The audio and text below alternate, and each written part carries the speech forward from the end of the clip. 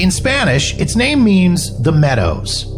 You might know it as the entertainment capital of the world, Lost Wages, or simply Sin City.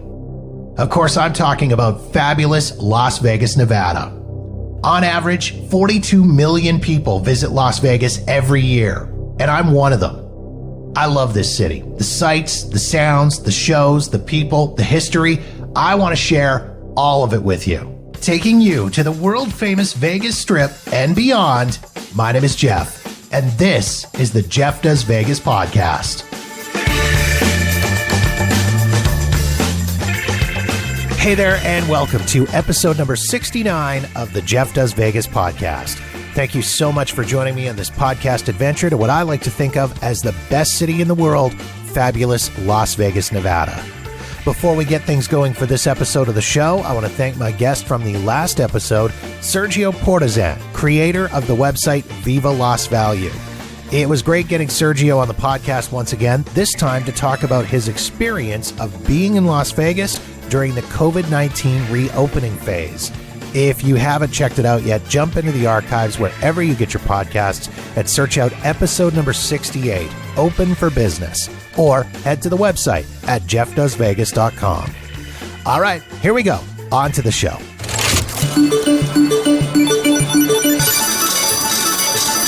The very first episode of the Jeff Does Vegas podcast was originally released all the way back on December 1st, 2018. When I launched the show, I was simply looking for a creative outlet and a way to share my love for Las Vegas.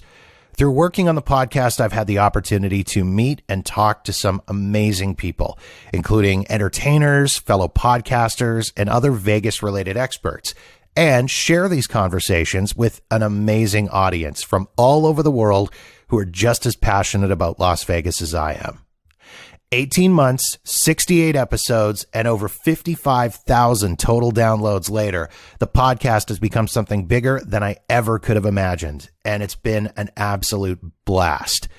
As such, I thought it might be interesting to take a trip back through the history of the show and share some clips of some of my favorite podcast conversations. So, I present to you the very first ever Jeff Does Vegas clip show. Enjoy.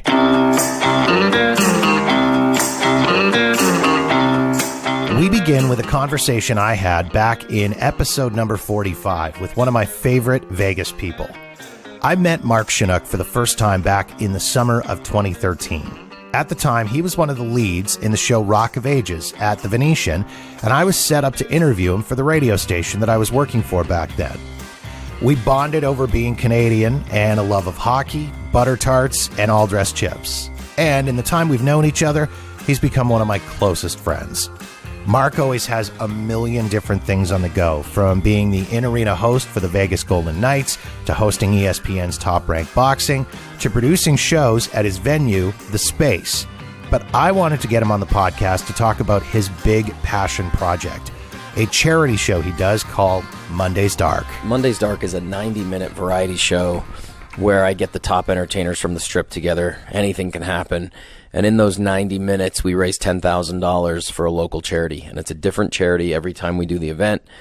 And it all started because Vegas is very red carpet happy. I tell this story a lot. They'll put out a red carpet for the opening of Applebee's in Summerlin.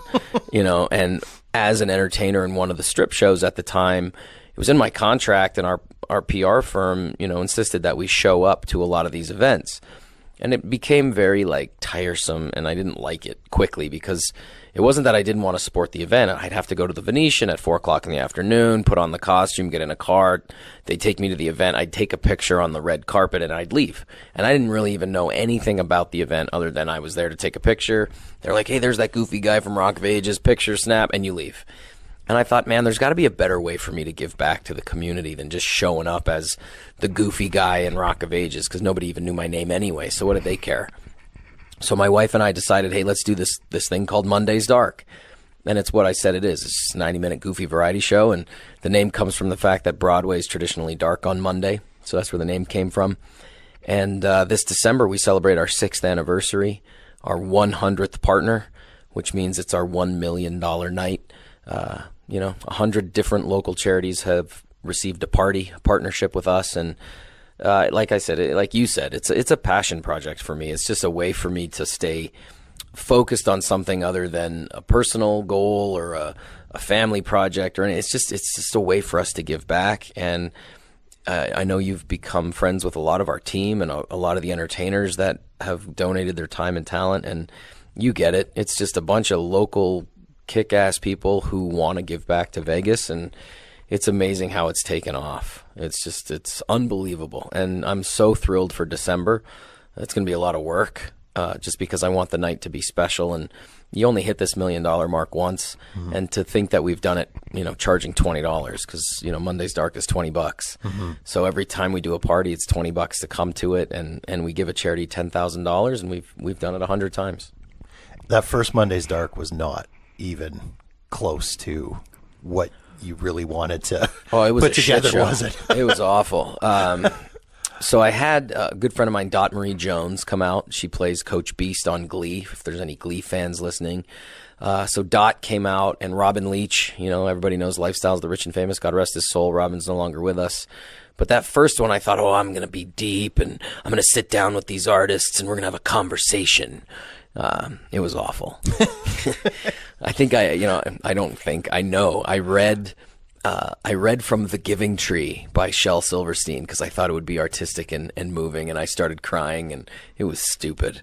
It was just absolutely one of the most ridiculous things ever. However, we raised some money for a charity, and that was just, sometimes you just got to dive in and go. That was the dive in and go, that first Monday's Dark. And it's funny that I'm talking about it now because we're actually going to reference it quite a bit in the anniversary event in December. And we're going to pay tribute to Robin. And it's just, it's crazy. You try something, but half the time, if you just got to try shit. You just got to put it out there, and you'll find it, because there were elements of it that were really great, and there were elements of it that were absolutely god-awful, and those elements went away, and we tried other things. And now Monday's Dark is what it is. It's primarily a variety show it's driven by music. There's a ton of comedic elements. It's adult themed, for language and content. But, it's that old Vegas vibe where you never know who's going to show up and you never know what's going to happen. But at the end of the day, you're going to feel good about yourself because you paid $20 and it went to a charity. And is it 2 years now that you've been doing this at the Space? Yeah. We opened up our own venue, the place we're sitting in. And it's a warehouse, 10,000 square feet, right off the strip, one big block. And about 3.5 years ago, 3 years into the 6 years now, I said, hey, it'd be cool if we had our own community center to operate out of. And by community center, it's a venue. It's a warehouse that we converted into a performance venue. But all of our charity partners have access to it to continue to use for fundraising. I do a commercial projects out of here where I'll produce shows and plays and bands and concerts, you name it, it's in here. If you want to rent it for your birthday party, you can do that too. There's a podcast studio in it. Obviously, we're sitting in it. There's 2 theaters. There's an 80-seat, old school black box theater, New York style, and then our main room seats up to 300. And there's a piano bar lobby area that you walk through to get into any of it. So it's been cool, and like I said, it's sort of taken on a life of its own. It's taken up a lot of my time running this business. But again, you're only as strong as your team, and I have an incredible team.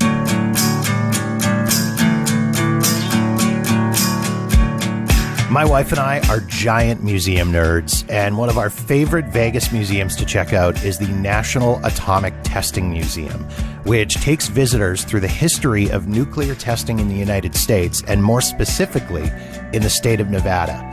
Back in episode number 43 of the podcast, I was joined by Michael Hall, the executive director of the museum.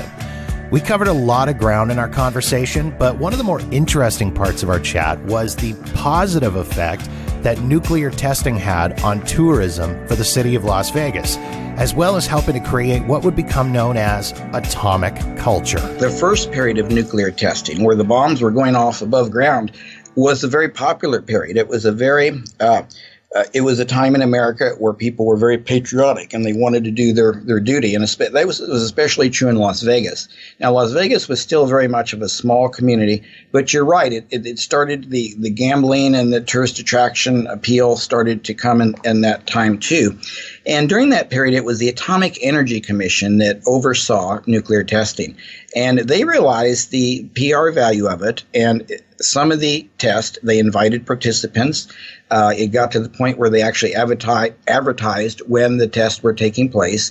And visitors to Las Vegas love to go to the rooftops in the early morning hours. And I say early morning hours because that's when most of the nuclear tests occurred, just before dawn. And that was because that was an optimal time to photograph the nuclear weapon. That's why they took place at that period. But people would go out and stay up late to watch these mushroom clouds in the air. So it had quite the opposite effect of what the fears might have been. Correct. Now, in contrast to that, the second period of nuclear testing, the underground period, that was not as popular. People couldn't see anything. Las Vegas had gotten much bigger by that period. The tremors from the underground testing occasionally cracked foundations. There was a lot of, it was a different time period. It was the period of, the Vietnam War, and people started to question, nuclear deterrence and if a nuclear war was even survivable. So it was a much different period than the earlier, heydays of the mushroom clouds in the air. And the earlier time, it really created this whole kind of atomic culture as well, which I found really interesting. I mean, all of a sudden you had all these atomic toys and atomic testing toys and Miss Atom Bomb and, all this kind of stuff. Vegas really this is the neat thing I've always found about Las Vegas is it really kind of embraces these interesting periods in its history and just it's almost like they figure out if there's a way to make money off of it or a way to commercialize it, they absolutely do. That was especially true in Las Vegas, but it was a national kind of pop culture phenomenon at that time. And again, it goes back to the period when this was patriotic. You were testing nuclear weapons. It was it actually became part of our national identity. And we have a neat little exhibit in the museum on the pop culture period when, you had atomic this and atomic that on everything you can imagine. And we do a lot of contrast or comparisons today in our museum tour to North Korea. North Korea is the only country that still tests nuclear weapons, but they're very much where we were in the 1950s, not only in their development of nuclear weapons, but nuclear weapons in North Korea have become part of North Korea's identity. And the only way I can really convey that to our visitors is use the comparison of how it was felt in this country in the 1950s. Today, if you start talking about nuclear weapons, people will kind of frown. But back then, it was just a very gung-ho, proud thing. They built the bomb, and they had the bomb, and they were testing the bomb, and it was going to defend us against any future war.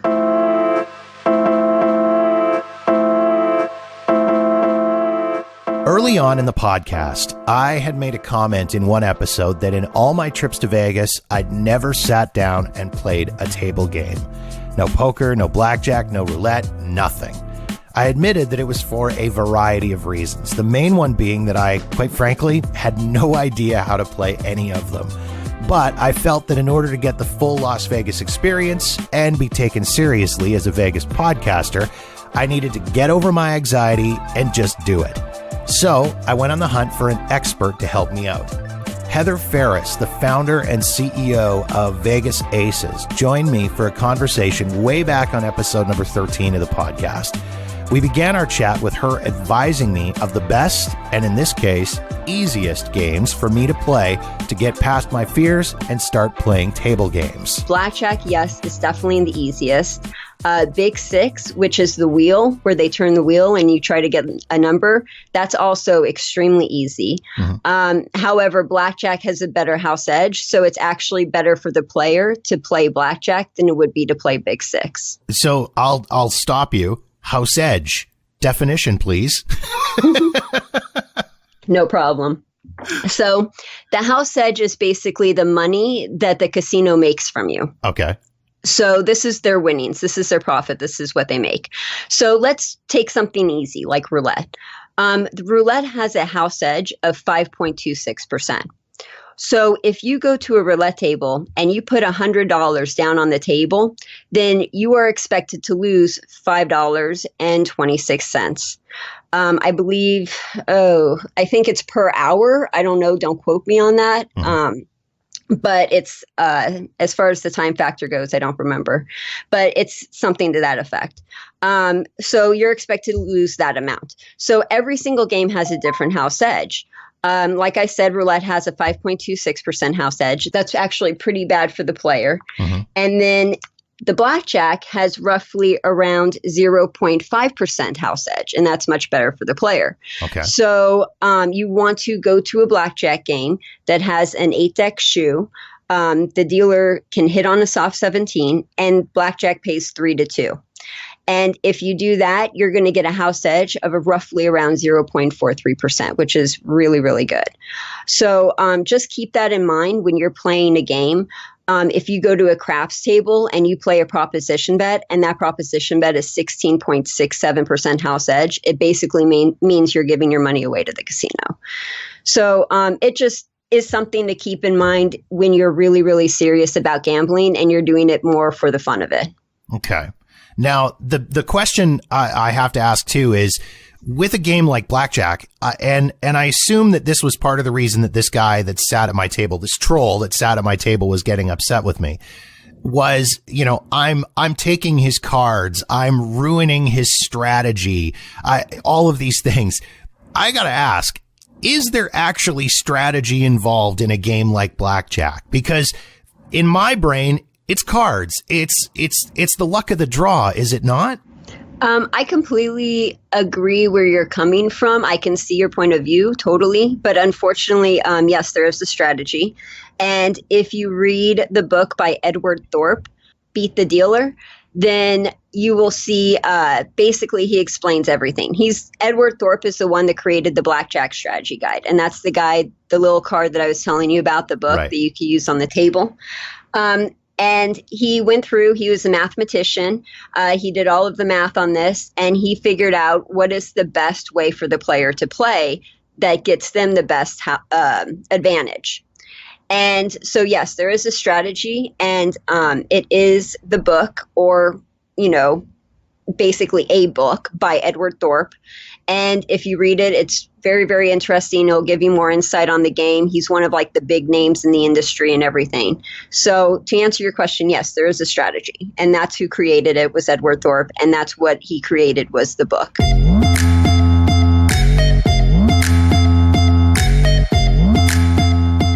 One of my favorite parts of doing this podcast has been being able to share various pieces of Vegas-related advice with you, the listeners.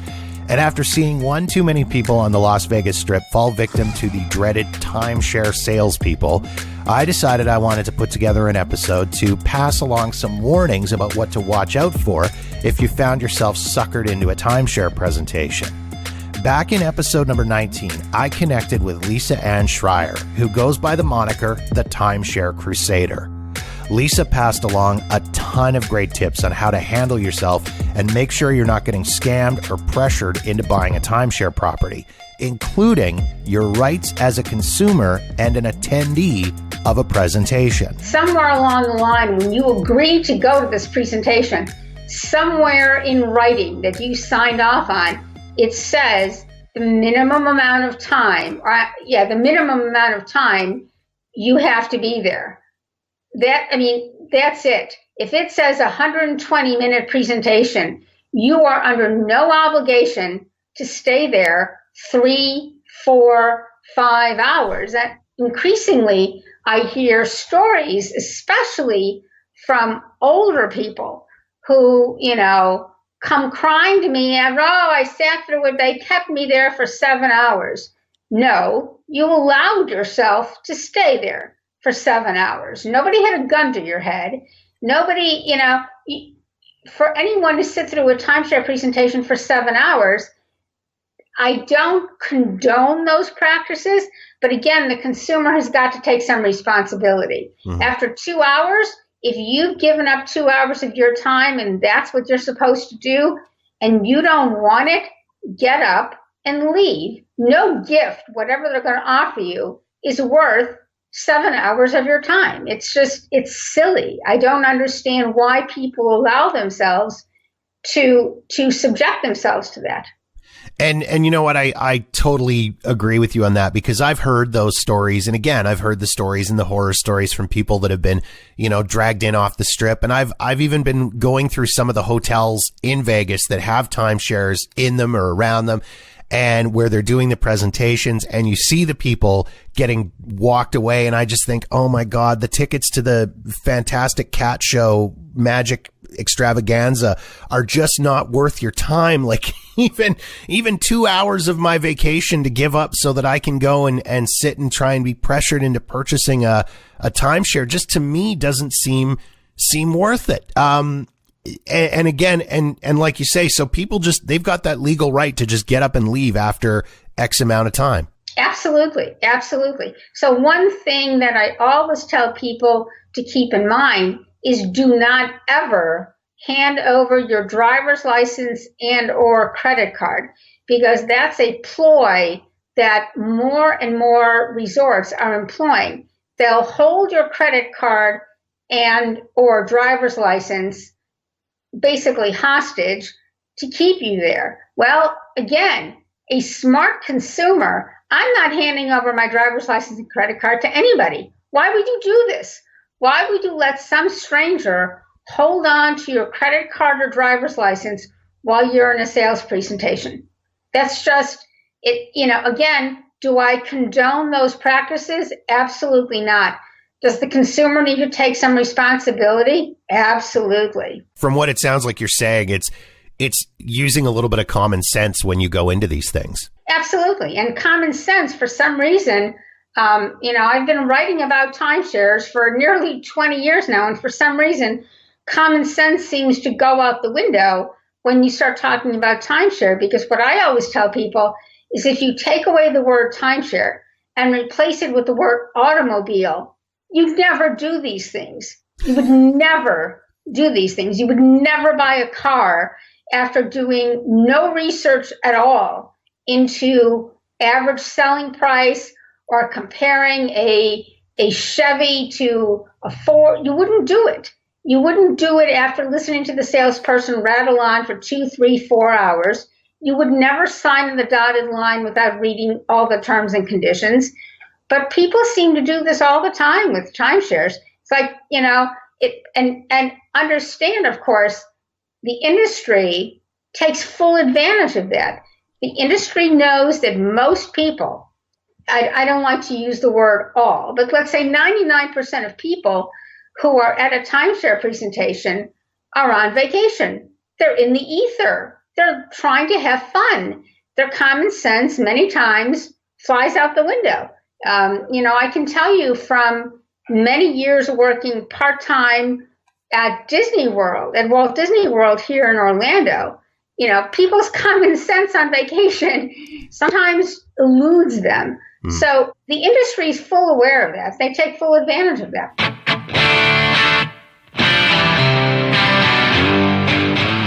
One of my all-time favorite shows in Las Vegas is Tenors of Rock. They've been performing their classic rock hits with a twist on the Vegas Strip for over 3 years, initially at Harrah's and now at Planet Hollywood. Through mutual friends, I've gotten to know one of the group's members, Jimmy Denning, quite well. Jimmy was kind enough to join me on episode number 35 of the podcast, where I made things awkward by informing him that my wife was totally in love with him, and he shared the story behind the reason for the group's addition of Broadway hits to their performances. That whole thing came about through David Hasselhoff. There was a segue you weren't expecting. No, Jeff. not at all. This is the story. We had played tiny little gigs where we would we would be invited to a charity event in London, and we would just do one song. So we worked for a month on one particular song, and we went and did it, and some of them were good and some of them were bloody awful. But we were just doing this thing, and out of nowhere, I was in my dressing room doing Billy Elliot in London, and we were trying to get the Tenors of Rock to, let's get some gigs and earn some money was the first ambition. And out of nowhere, I get a phone call off David Hasselhoff. Now, I had worked with David several times before, and he phoned me and he said, I'm doing a show at the O2 in London. I need a girl to sing a big musical theatre duet with me. Who do you recommend? Who do you know? And with our history in that environment, and also my sister is quite a big name now in the West End. She, is kind of a consistent lead in every show she does. You knew everybody. Now, normally, you would think, that would charge too much. But the novelty of singing in front of thousands of people at the O2 with David Hasselhoff has a great allure for virtually everybody. Yeah. So we picked up the phone to a friend of ours, Louise Dearman, who was very well known for being in Wicked and all this kind of stuff. And we said, Louise, would you like to sing a duet with David Hasselhoff at the O2? And before we'd even said anything about it, she went, yes, absolutely, that sounds hilarious. So that was fine. But then during that conversation, he said, look, and I'm also looking for a band to support me.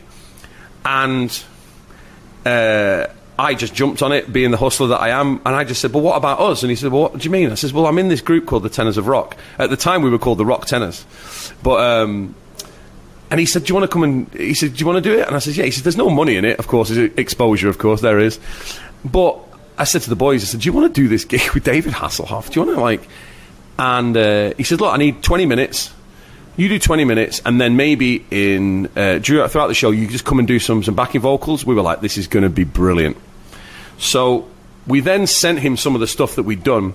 And David is a show business icon and legend and all that kind of stuff. And he's a little bit dippy and a little bit daft. But he is a heart of gold. And he's very honest as well. He knows exactly what he is and what he isn't. And he phoned me straight back and he says, that sounds amazing, but I can't have you boys going on before me. No shit, that's what he said. And he said, look, he says, I'm just not having it. He said, it's just, you're great. He says, it's fantastic. He said, I wish you luck. He said, but this is my show and I've got to be the star. And that's what he's made a career out of. And I totally respect that. And I said, no problem. So then I said, look, you're doing the first half of your show as musical theatre, and the second half is all of his pop hits from Germany and all this kind of stuff. And I said, why don't we sing a musical theatre song? Why don't we arrange a musical theatre song? And he went, okay, if you can do that, then that gives me a chance to go and change a jacket. And he says, it's not really invasive on my show. So then we said, well, what do? We set this group up to get away from musical theatre, and now we're being asked to do musical theatre. And he sent me through Bring Him Home or Music of the Night. And because Johnny had just spent 7 years in Les Mis, he was like, I am not singing that song anymore.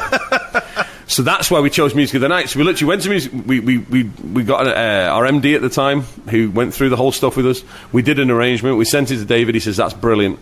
And we ended up premiering it at the O2 in London with David Hasselhoff.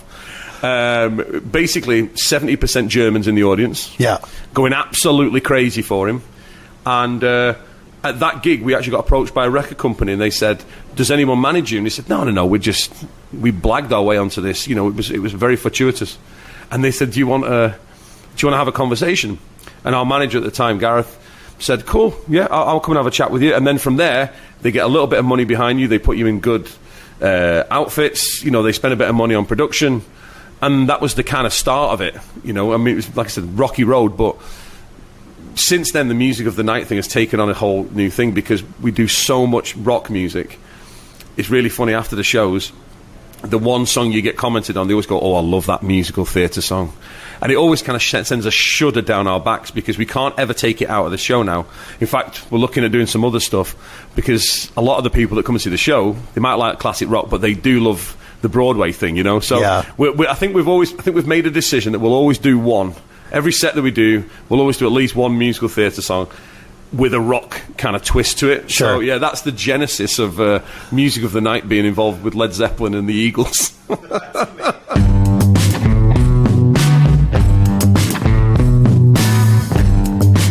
Something I enjoy doing on occasion is putting a Vegas spin on a non-Vegas topic, which was exactly what I did in episode number 52 of the podcast. No matter how much we might not like to admit it, everyone is a bit superstitious. And that's on display big time in Las Vegas, whether it's a special gambling shirt, tapping the video poker machine buttons in a specific order, or refusing to use $50 bills because they are, quote, bad luck. I connected with Stuart Vise, a behavioral scientist who happens to be an expert on superstitions and irrational behavior. What I really wanted to know was, is there any actual science behind superstitions? Well, the short answer is no. But the longer answer is that there could be there's a potential for possibilities in very specific circumstances, and so now I'm speaking to your Las Vegas audience, right?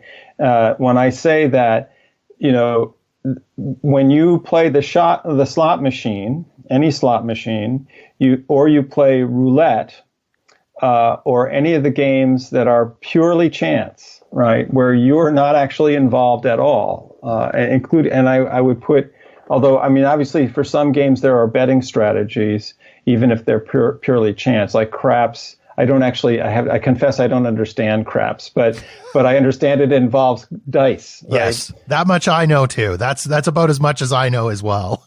Okay, so there's nothing you can do to make the die roll, the way you want them to.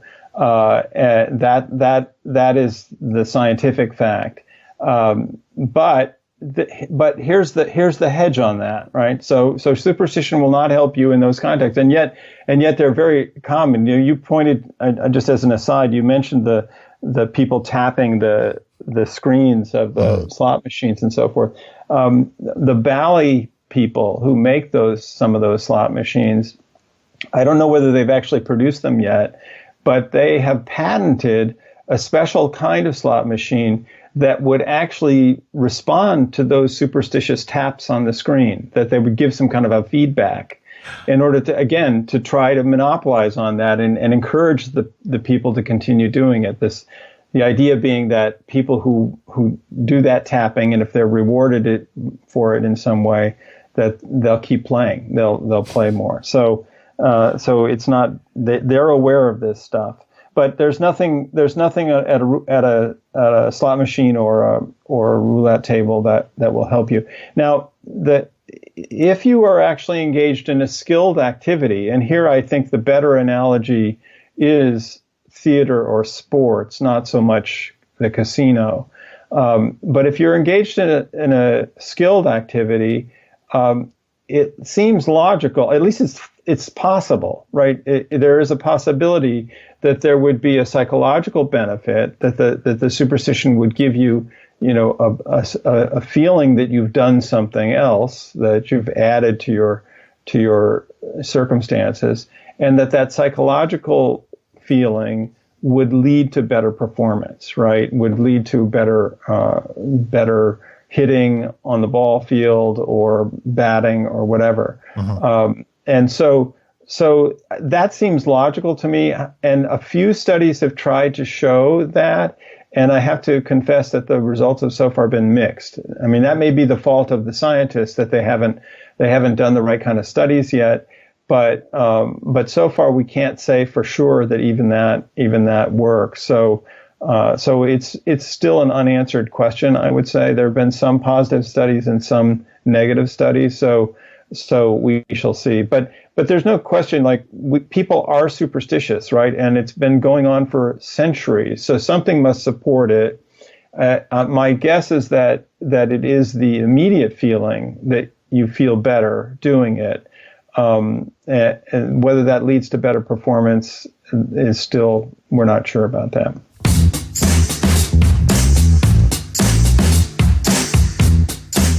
One of my all-time favorite attractions in Las Vegas is the Pinball Hall of Fame. It's always ranked as one of the must-see spots in town, and it's a great and cheap way to escape the insanity of the Strip. And on countless trips, I've headed over and spent hours on end popping quarters into some of my favorite arcade machines. Back in episode number 49, I sat down for a conversation with Tim Arnold, the founder of the Pinball Hall of Fame. And one of the things that I asked him about was why Vegas was right for the Pinball Hall of Fame, and also why the Pinball Hall of Fame was right for Las Vegas. Part of it was technical. It's warm and dry. I can't scrape all the rust off these things just to have them rust solid again. Two, there's no state income tax. And also, it come to find out after I moved here, when I was in the Midwest, the politicians, the police, the licensing people, the tax assessor, all looked down at my tawdry little carnival business like I was some kind of a leper. They didn't want this pinball arcade in their college town because it wasn't fine art. It was popular culture, and only thugs who with stolen auto parts hung out in arcades. That was the theory at the time. And then I get out here, and it's 180 degrees different. The people in charge of the government, the elected officials, and the bureaucrats all realize that in a tourist town, you have to have tourist attractions, and that this was just when gambling opened up in places other than Nevada, and the powers that be realized that it's not enough anymore just to have a big barn full of slot machines. You've got to have something else for the tourists to do, because pretty soon there's going to be gambling everywhere. So they started to realize that what we need in a tourist town is tourist attractions, and they took one look at the thing in my backyard or the thing down the street and said, this is what we want. We want this in our town. What can we do to help you? Instead of having a fire marshal walk down through my thing and issue me a ticket if I was 1 inch into my aisleway, what I got was, do you need help with permit issues? Do you need help with zoning issues? How can we make this work? So come to find out, Vegas was the ideal place because the people in charge hear the music. Now, the really cool thing about this place, and coming here pretty much every time I come to town, and I'm here a lot, I make a stop here. This is my childhood. Like, I'm sure you hear from a lot of people that come here. Right. I mean, I grew up in arcades, and this was where my parents sent me when they wanted me out of their hair. Yep. And everything in here is playable, which is it's not so cool. Just playable. It's genuine. It's not a simulation. It's not a reissue. It's not ColecoVision's idea of Pac-Man. It is the 100% genuine, real Pac-Man machine with the original controls and, excuse me, a tube monitor. There's a difference between flat screens and tubes. They look different, the motion is different, and any hardcore game player will stick his nose up at a flat screen. And it's very difficult to keep 30-year-old tube TVs working, but we stick our neck out and continue to spend huge amounts of time and effort keeping the original games original. So it's like a museum, or I link it more to like Turner Classic Movies, because when Ted Turner bought all those movies and everybody laughed at him and said, what are you buying that junk for? You bought a bunch of old black and white movies? Nobody wants that crap. Nobody's watched that in years. But Ted Turner used to watch movies late at night, and he was insulted by the faded TV prints that the local stations would run that were full of scratches, and the sound was bad, and it was interrupted by horrendous commercials, and the picture had been smushed up to fit in a TV screen, and everything with the experience was wrong. So he bought the movies, and he started up the Turner Classic Movies channel, and he said, I don't care about marketing, I don't care about test audiences, I want a channel that shows movies in their entirety the way they were originally seen, and if it doesn't work, it doesn't work, but this is the way I want it. And it drew a lot of people. Now he's a genius, he's Superman, but what he did is realize that there was a need for people to relive their youth. And he had it easy compared to us, because if you have one copy of a movie, you can clean it up on a computer, adjust the color, take the scratches out, and it looks like new. Then you can take that and put it down Time Warner's pipes, and 10 million people can see it on their cell phone or in their living room. The problem with this stuff is it can't be digitized. You can't play a simulation of a pinball machine. The physical ball will never be able to be replicated by an algorithm. Sorry guys, give up, it's never going to work. So what you've got is, I have the only physical specimens, and I'm one of the few people that still has the knowledge to train a staff to tell them how to fix this stuff. and continue this on. If you wanted to start this up, yeah, you could probably find the games somewhere, but how are you going to find the people that know how to fix them, where all the parts are stashed, on and on and on. So we're kind of a unique thing, and everywhere I go when I travel, it's the same thing in every town. It's the same motels and fast food joints out by the freeway. It's the same quaint city park with benches downtown. It's the same little Route 66 museum on every town from Chicago to Santa Monica. It's manufactured culture being shoved down people's throats. You come into this place and it's completely ass backwards. It's not fancy. We don't have a big sign. We don't have a marketing program. What it is an old auto parts store filled with pinball machines that we dug out of dumpsters and patched back together. That's not something you see everywhere else. So people look at this and go, wow, this is neat.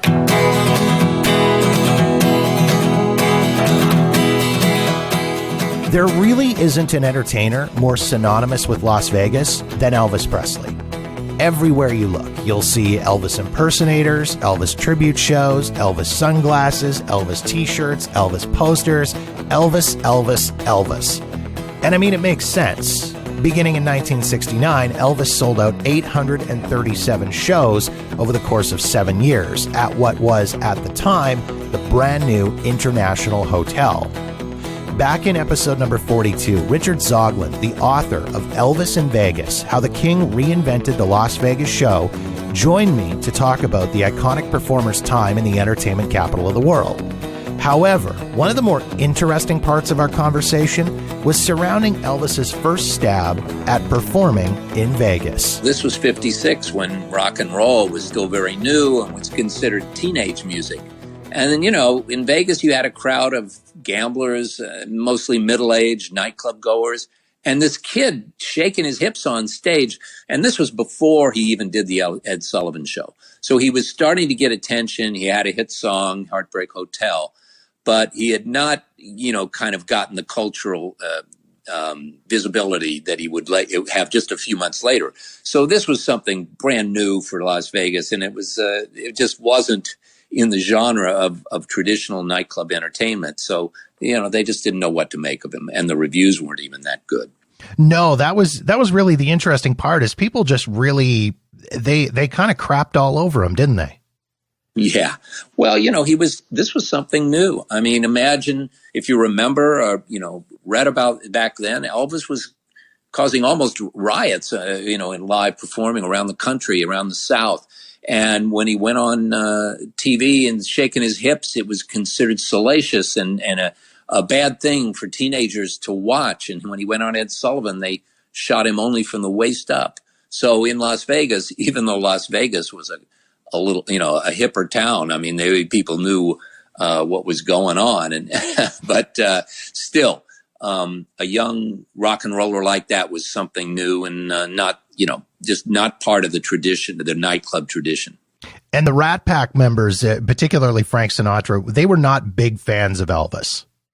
Yeah. Frank Sinatra in the 50s, when rock and roll came up, they started to threaten, Frank Sinatra was the hot young singer back in the 40s and early 50s. And now here this whole rock and roll revolution, and Sinatra wrote a famous piece, article for a French magazine where he really badmouthed rock and roll, not Elvis specifically, but rock and roll, which he thought was just bad for kids and bad music. And Elvis did take it personally. And I think Frank kind of came around when Elvis came back from the Army in 1960 after 2 years away. His comeback was, of course, a big deal, his return from the Army.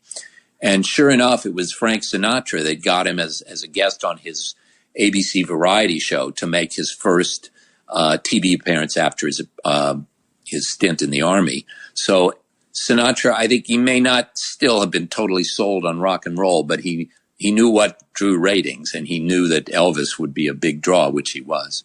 Reading about that special that Frank Sinatra put together, though, I found it interesting the way it was sort of billed as an Elvis comeback special, but Frank really still kept the spotlight on himself, didn't he? Absolutely. Yeah. He had some of the Rat Packers on the show with him, Sammy Davis and Joey Bishop. It was clearly Frank's special. And Elvis actually was only on for about 10 or 12 minutes. But he was the big draw. But I think it was a way for Frank Sinatra to say, just to remind people that I'm the big dog here. This guy might be a little flash in the pan, and I recognize how popular he is, but I'm still the king of show business.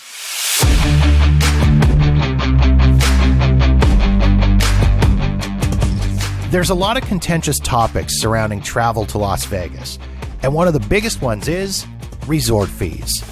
This is one of those things that almost everyone pretty much just accepts as a fact of life when going to Vegas.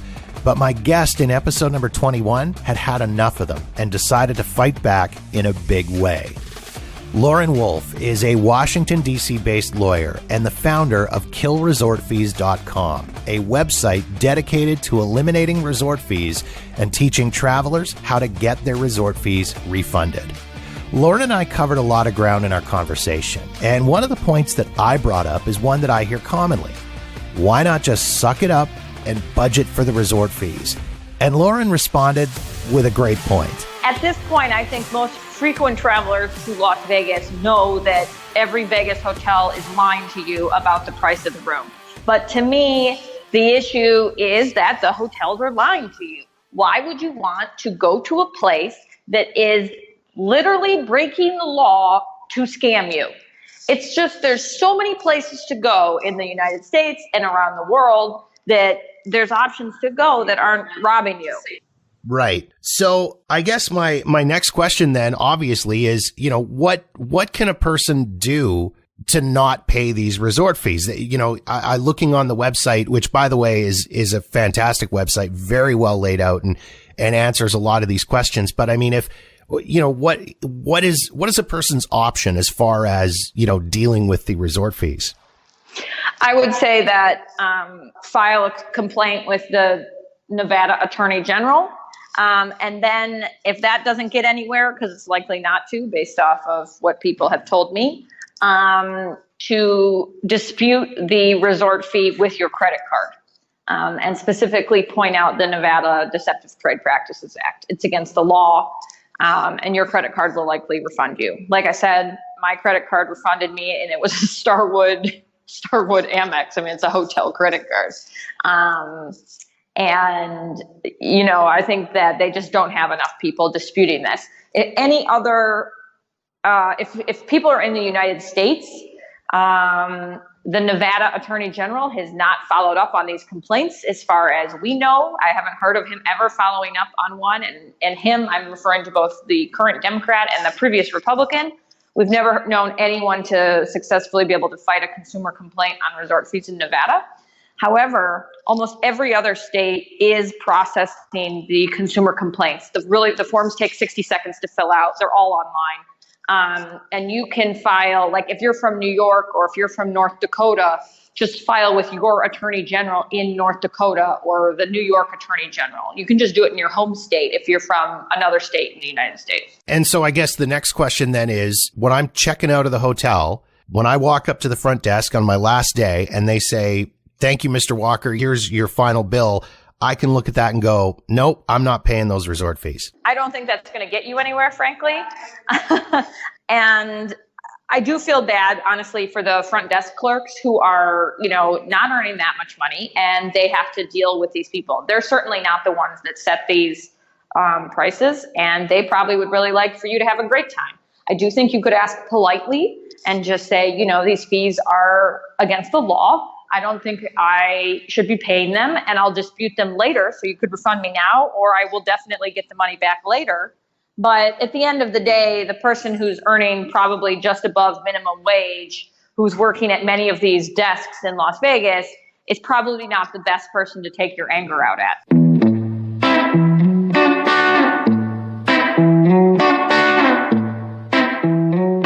To close out the first ever Jeff Does Vegas clip show, we're going back to episode number 48 and my conversation with Vin A. from the Bronx Wanderers. Vin and I had a great chat about the history of the band, the trials and tribulations of working with family, and their move from Bally's to the Link to Harrah's. But by far, my favorite part of the conversation was having Vin take us behind the curtain to talk about producing a show in Las Vegas and explain the high turnover on Vegas shows. So these shows open up and they think that the minute they open, they're going to start selling 1,000 tickets on day one. Right. And the thing is, that doesn't happen. Right. You have to plan on losing 6 months of losses. Yeah. Because you have to get word of mouth around town. You got to get a buzz with all the concierge people and all the people that sell the tickets. Vegas.com, tickets for the night, all the places that people go to get half off tickets tonight. Yeah. So on all the advertisements, type in this code, you get half off your price. So even when people say, the show's $120, 99 out of 100 people in that theater only paid $30 to see that show. 99 out of 100, they're even getting a bigger deal from StubHub or Ticketmaster, some other show. Yeah. Even think about Total Rewards. When I look out at the room, I go, guys, how did we not turn a profit tonight? They go, well, 75 of those people paid $7 a ticket. Right. Because they're in the Total Rewards program. So the minute you think that everybody's buying a full price ticket, it's not true. And then when you open immediately, how many shows right off the bat are great the minute they open? Yeah. Not many. Because again, you're going to have lighting failures, you're going to have sound failures, you're going to have people rewriting the show, you're going to have, you're constantly tweaking, constantly getting it ready. Our biggest fear was when we opened, we did a red carpet event in front of the entire town 2 weeks after we were here. The lights were all still messed up. The sound was a disaster. Our costumes were in shambles. I looked at them and go, why the hell are we doing this red carpet right now? They go, because we need to get you in the paper. We need a buzz around town. No matter what happens, you need to do your best and just do your best. And we did our best. I'm telling you right now, there were some horrible moments that happened that first damn night. But, after that, people are coming back and saying, oh, my God, we saw you 3 years ago. We saw you now. It's, oh, my God, it's a totally different show. I go, yeah, because in my mind, I wish you saw me 6 months into my residency as opposed to 2 weeks into my residency. And again, it's like you said before, I've seen so many shows come and go. So as impatient as I am and I want things to get better and be better, I have to always keep in mind, dude, I'm still here. 3 years later, we just celebrated 1,000 shows 2 months ago. It's like unheard of. Yeah. So. And you guys have made the move, too. I mean, you guys started off at Bally's. We started small. Yeah. How big was the room at Bally's that you guys were in? Oh, my God. It was like 200 max. Yeah. It's a really small room. And now the Matt Franco Theater here at the Link. 600. Yeah. It's like massive. But we told them coming into this room, listen, there's no way we're selling 600 seats a night. Yeah. They go, we would never expect you to sell 600 seats a night. But see, the problem, again, with back in the day Vegas versus today Vegas, shows like Jubilee and all those shows back then, they would sell 1,500 seats a night. They look at that theater at Paris, that's like 1,500 seats. It's empty. Yeah. Dionne Warwick opened up in there. She couldn't sell 1,500 seats a night.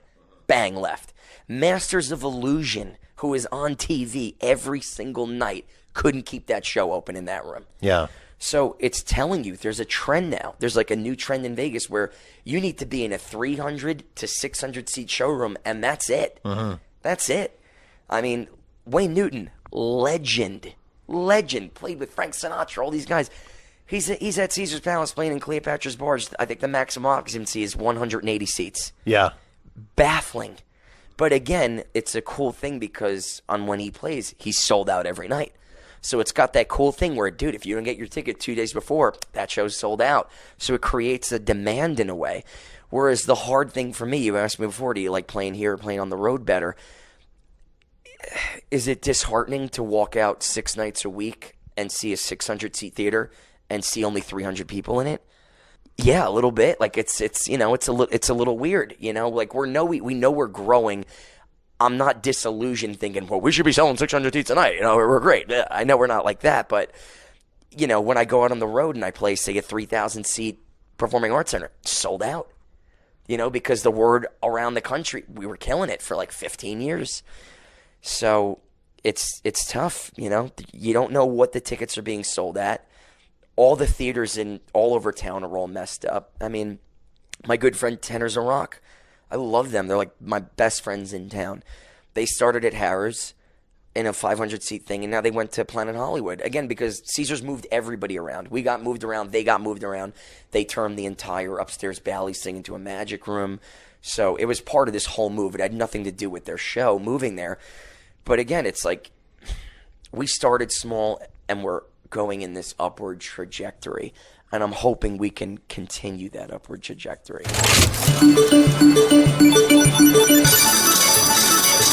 If you've enjoyed listening to all these clips of some of my favorite interviews and you want to hear more, I'll have links to all the full episodes in the show notes at jeffdoesvegas.com. Or you can search them out in the archives on Apple Podcasts, Spotify, Stitcher, Podbean, or wherever you get your podcasts.